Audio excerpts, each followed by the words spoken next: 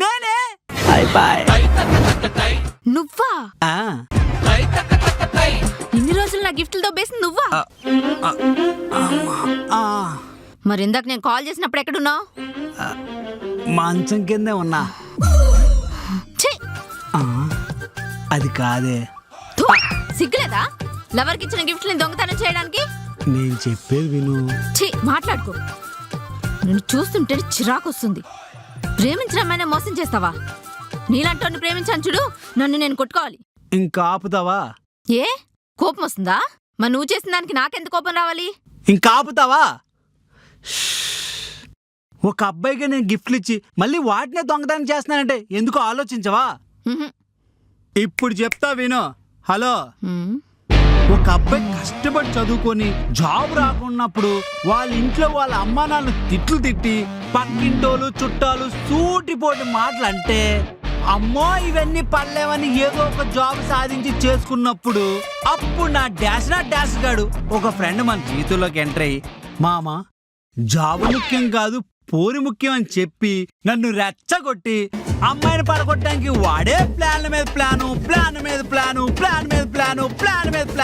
ఇచ్చేసి అమ్మాయిని పడగొట్టిన తర్వాత ఆ టైంలో నాకు వచ్చే డబ్బులు ఇటు హాస్టల్ ఫీజు కట్టుకోవడానికి సరిపోదు, అటు అమ్మా నాన్నకి పంపించడానికి సరిపోదు.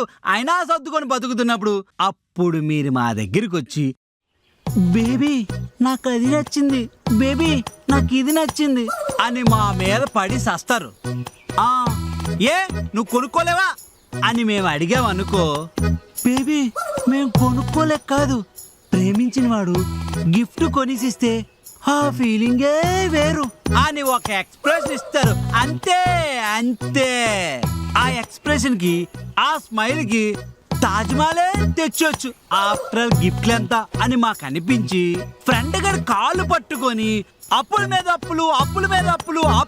అప్పులు చేసి ఆ కట్టుకోలేక తిప్పలతో చేస్తూ బతుకుతున్నాం. Do you understand baby? Hello,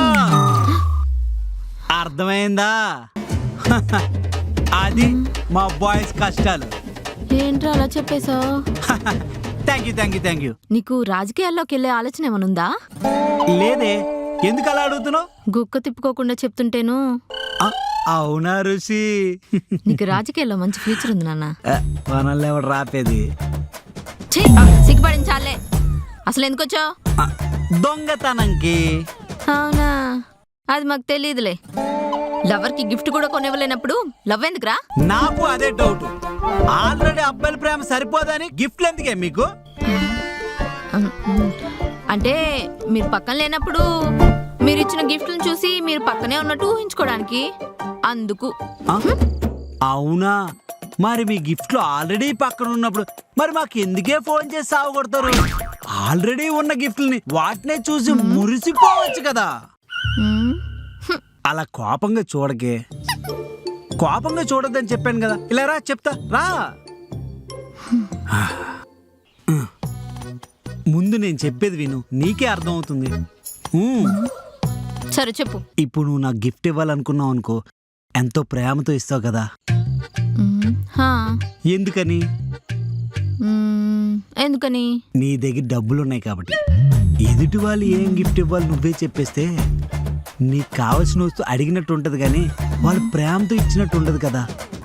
నేను మరి గిఫ్ట్ల కోసమే లవ్ చేసినట్టుందా? నేను అలా అనలేదే. నువ్వు నన్ను మనస్ఫూర్తిగా ప్రేమిస్తున్నావు, ఆ విషయం కూడా నాకు తెలుసు. మరి ఇంకేంటి ప్రాబ్లం? నిజం చెప్పనా, నీ ప్రేమ నన్ను చాలా మార్చేసింది.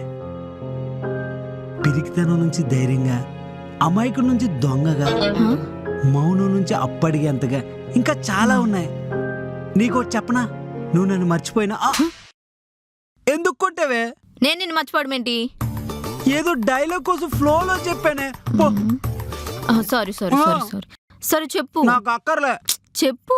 ఏం చెప్పాలి? అదే ఇందాకేదో ఫీల్ తో డైలాగ్ అన్నావు కదా. గుర్తులేదు. గట్టిగా తగులుతుంది. తగలనే కొట్టా. అవును, నాకు డౌట్. నాకు గిఫ్ట్స్ ఇచ్చినట్టే ఇచ్చి మళ్ళీ దాన్ని దొంగతనం చేస్తున్నావు కదా, వాడు సేమ్ ప్రైస్ కే రిటర్న్ తీసుకుంటాడా? తీసుకోరు. మరెందుకు దొంగతనం చేస్తున్నావు? కొనలేదు. మరి కృష్ణానగర్లో రెంట్కి తీసుకొచ్చినవి. ఆ రోజు కారు అది కూడా రెంటే.